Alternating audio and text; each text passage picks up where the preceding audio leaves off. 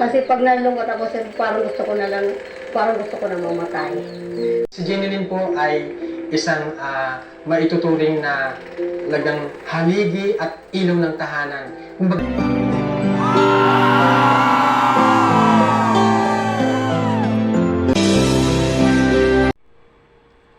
So ayan. Welcome po sa aking YouTube channel, Randy Channel. Paki-subscribe, like, and share, comment din sa aking video upload, okay?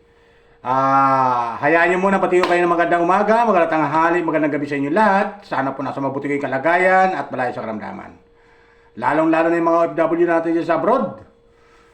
Musta po kayo dyan? Mga kababayan ko mula Luzon, Visayas, Mindanao, na mahinahangaan ko mga subscriber ng ating mga hinahangaan na mga charity vlogger. Okay? Simula sa Kalingap, Carousel, Jambit Love Team, Leche Plant Girl, mga subscriber, mga supporter, mga supporter ng Pugong Biyahero, Lori Aquino Talita, Daddy Frankie, Tatay Tekram, at saka Kabisnes at Papa Dins TV, at Kapobreng Vlogger, at Kuya Noli Vlog, mga viewers, supporter. Welcome po kayo sa aking YouTube channel, Randy Channel, at Virgin Care. Welcome po kayo sa aking YouTube channel, mga viewers ng Virgin Care. Okay? Yun lang po. Tuloy tayo.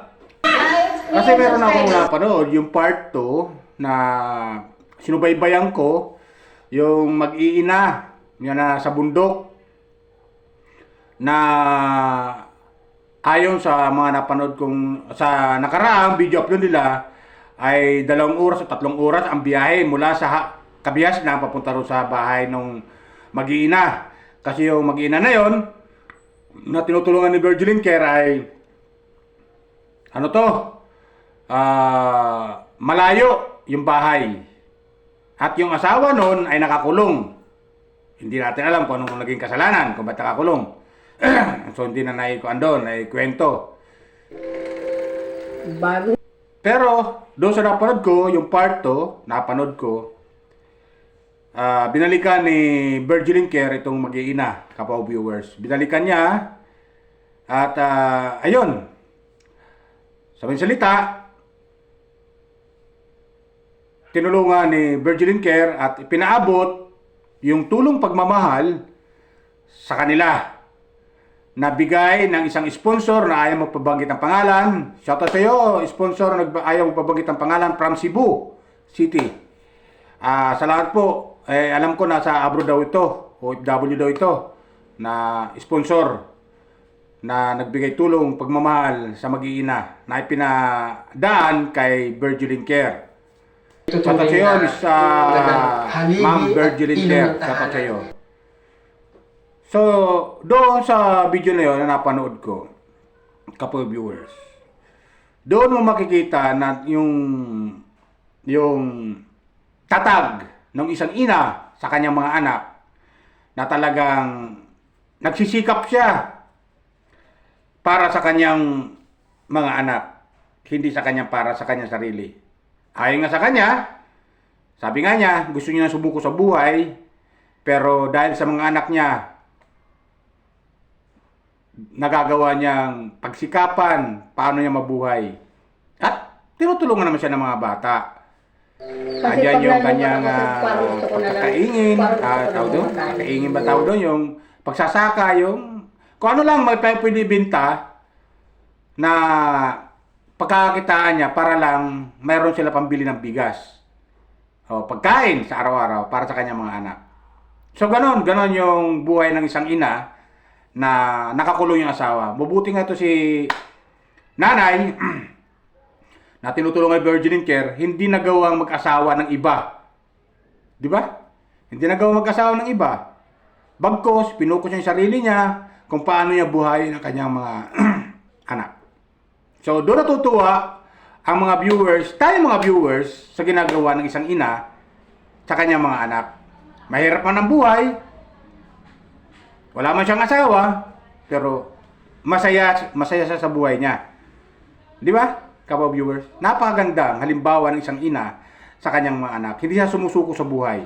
Ano mang hamon sa buhay dumating, hindi siya sumusuko. Dito pinapakita lamang ng isang ina na gano'n niya, na sobra niyang mahal ang kanyang mga anak. Anumang hirap ng buhay ang suungin nila, magampanan niya lang pagiging isang ina at ama sa kanyang mga anak dahil wala ngayong asawa niya, nasa kulungan nga.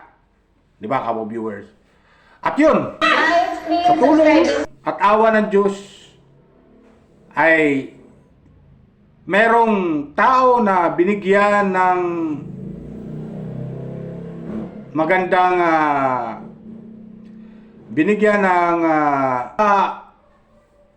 unawa at pagkaawa nung mapanood yung video upload na yon kay Virgin Care na taga Cebu nga. Shoutout sa iyo, taga Cebu, na sponsor na ayaw magpabanggit ang pangalan. Salamat sa iyo sa pagtulong sa mag-iina na idinaan mo kay Virgin Care. At iyo nga, pinarating ni Virgin Care doon sa mag-iina. So doon, nakita natin na binigyan ni Virgin Care ng cash at yun nga, ipinamili nila ng bigas, grocery. Makapapanood nyo sa video upload ni Virgin Care yung pamagat nun kung mapanood mo to ay maaari mo po siyang tulungan. Part 2. Suportahan natin yung upload video ni Virgin Care. Ito yung mga kabayan ko, ito yung mga sinasabi ko sa aking mga video upload. Pag maganda ang ginagawa mo sa ating mga kababayan na nangangailangan, asahan mo ang suporta namin mga viewers, nasa iyo ang aming suporta. Sa tulong at awa ng Diyos, nasa iyo ang aming suporta. Kaya, salamat sa Diyos na may mga taong binigyan niya ng mga kalakasan, ng pangatawan, para marating yung mga kababayan natin na hikaw sa buhay. Hikaw sa buhay. At ayun, mapanood natin sa kanyang mga video upload yung kahirapan ng buhay ng ating mga kababayan. Katulad ito mag-iina na hindi siya sumusuko sa buhay.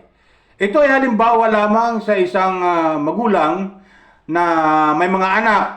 Hindi ko lang alam kung 6 yung anak niya o higit pa. Pero nagagawa niyang gampanan yung pagiging ina at tatay sa kanyang mga anak. Di ba, Kapo Viewers? Malayo sila sa kabiasnan. Ituturing na Walang mga marites doon. haligi at ilaw ng tahanan. Pero nagagawa niyang gampanan yung pagiging ina at tatay sa kanyang mga anak. Di ba? So nakakatuwa lang panoorin yung mga ganong video upload ni Virgin Care na may mga tao talaga na binigyan talaga ng kalakasan na pangatawan, isip at puso magmahal sa ating kapwa, katulad na sa mga kababayan natin na malayo sa kabaisnan na tagsisika para mabuhay. Di ba, Kapo Viewers? Nakakatuwa lang panoorin ang isang katulad ni Virgin Care. Kahit anong hirap ng daan, papunta ron, marating lang, makapaghatid na sila ng tulong. Di ba? Yan dapat ang mga sinusuportahan natin, mga Kapo Viewers. Please subscribe. Kaya sa pagkakataon na yun, napanood ko, natutuwa ako na yun nga, pinuntahan ulit ni Virgin Care yung mag-iina na yun. At binabutan niya na pagtulong, pagmamahal na mula sa isang sponsor na galing Cebu. Isipin nyo, galing Cebu yung tumutulong sa kanya. At marami pa yan darating, Kapo Viewers, sa mga sponsor na pag napanood yung upload video ni Virgin Care ay magpapaabot ng tulong pagmamahal. Di ba, Kapo Viewers? Tayo naman bilang viewers, ang may tutulong naman natin sa mag-iina at kay Virgin Care sa kanyang channel, Virgin Care 2.0, ang may tutulong naman natin sa kanya ay manood ng mga video upload niya. At huwag tayo mag-i-skip ng ad. Yan ang may bibigyan natin suporta. Kadami nating nanonood. Pag naipon yan, marami rin din yan. Kaya shoutout sa iyo, Virgin Care, at sa iyong team. Nakita ko naman, dalawa lang kayong magkasama. Sa yung dalawa na tumutulong sa mga kababayan natin. Nagtutulungan para hatid, tulong, pagmamahal sa mga beneficiary nyo. Saan man lugar yan. Di yan particular sa Bicol kasi andyan kayo sa Bicol nakabase. Alam mo, mga kapwa ko viewer, kung mapapansin nyo, marami sa Bicol ang mga charity vlogger na mga tumutulong sa mga kababayan natin dyan sa Bicol particular. Kasi marami dyan sa Bicol ang mga nangangailangan talaga ng tulong, pagmamahal. Isipin nyo, andyan si Kuya Bal, andyan si Kalinga Prab, andyan si Dodong Roel, o Malalag, si Rachel Morales, at saka yung ibang mga Kalinga partner, kapwa viewers. Di ba? So, nakapokus ang mga charity vlogger natin dyan sa Bicol kasi maraming mga kababayan natin dyan ang pwedeng abutan ng tulong pagmamahal. Katulad na ginagawa ni Virgilin Care. Kaya tuloy ang suporta natin kay Virgilin Care, kapwa viewers. Ito yung sinasabi ko. Ito yung mga tao dapat sinusuportahan natin. Tuloy-tuloy lang ang pagsuporta natin sa kanila. Sa pamamagitan ng mga video upload nila, panoorin natin at huwag tayo mag-skip ng ad. At mahahabag kayo sa mga tutulungan nila. Lalong-lalo na ito sa part 2 na panood ko kay Virgilin Care. Kasi yung part 1 na panood ko, at yun nga, pumunta sila doon sa Kabihasnan. Hindi naman totally Kabihasnan, pero malapit na doon. At yun, ay nahatiran niya rin ng tulong pagmamahal. Sa part 1. Sa part 1. Ngayon, binalikan sa part 2. Ngayon, personal na ibinigay ni Virgilin Care yung tulong pagmamahal mula sa sponsor from Cebu. Ayun, natanggap na mag-iina. Natanggap ng nanay ng mga bata. Di ba? At ipinamilingan nila ng bigas, grocery, at pang-ulam-ulam sa araw-araw. Di ba? So, lubos ang pasasalamat niya na may mga taong tumulong sa kanya na katulad ni Virgilin Care at yung sponsor. Aba, kapwa viewers, siguro sa tulong at awa ng Diyos ay may susunod pa dyan na tutulong sa kanila. Kapwa viewers. Sunod-sunod na yan. May tutulong kay nanay na may mga anak na nagsisikap at lumalaban ng parehas. Ito yung mga taong dapat tinutularan. Lumalaban ng parehas. Kahit anong hirap ng buhay, handanasin nila. Basta hindi sila nangangagrabyado ng kapwa. Ito yung dapat tinutularan. Di ba, kapwa viewers? Napakaganda nun. Hindi sila yung, hilig sa materialistic na buhay. Hindi sila mahilig sa magarang buhay. Tama na sa kanila yung makakain sila ng 3 beses ang araw. Minsan sumasala pa raw. Di ba? Pero dahil nga sa lugar nila, sa bandang bukid, sila nakatira, ay marami naman kahit paano doon. Sa paligid nila, marami silang pwedeng makain doon. Kung sa ulam ang pag-uusapan, walang problema kasi nandoon sa paligid nila ang pwedeng nilang gawing ulam. Katulad ng gulay. Di ba? Tapos gumagawa siya yung nanay, gumagawa siya ng paraan, nagbibili siya ng mga abaka para ibenta niya. At saging. Tatanim siya ng mga saging para pag namunga, at ito'y pwede nang tibagin o putulin para ibenta. Ginagawa niya para may ipalit lang sa bigas. Ilaw ng tahanan. Hindi naman puro saging, kamuti lang pagkain nila. Na makapaminsan-minsan makakain sila ng bigas. O, di ba? At ang ulam na wala problema. Nasa paligid lang nila yung ulam. Gulay.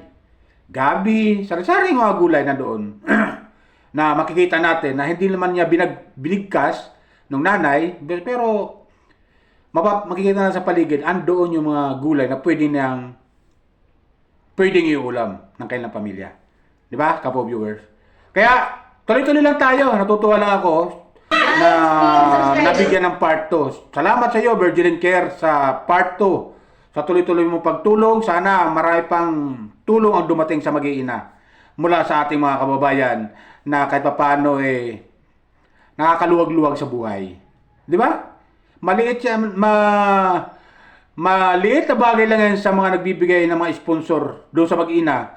Pero napakalaking bagay doon sa taong nakakatanggap nun. Lalo-lalo doon sa mag-iina. Kaya salamat sa iyo. sa pagtulong mo sa kanila, Virgin Care. At doon sa mag-iina, laban lang kayo sa buhay, katanong hirap. Sa tulong at awa ng Diyos, makakaraos din kayo, kapwa viewers. Bago Kaya wala namang tao na hindi pagbibigyan ng ating pong may kapal eh. Humiling lang tayo sa Kanya, ibibigay sa atin. Huwag lang tayo magmadali. Darating araw, ibibigay din sa atin yan. Di ba, kapwa viewers? So lang po sa akin, kapwa viewers. Paalala ko lang po, baka meron pang nanonood sa akin na hindi nakapag-subscribe. Subscribe lang po kayo, like and share and comment din sa aking video upload. Okay? At doon naman sa mga taong nanonood kay Virgin Care na hindi pa nakapag-subscribe, subscribe lang po kayo, like and share doon sa channel ni Virgin Care 2.0. So yun na po, mga po viewers. Ingat po tayo lagi. Pagpalain po tayo ng pong may kapal. Bye!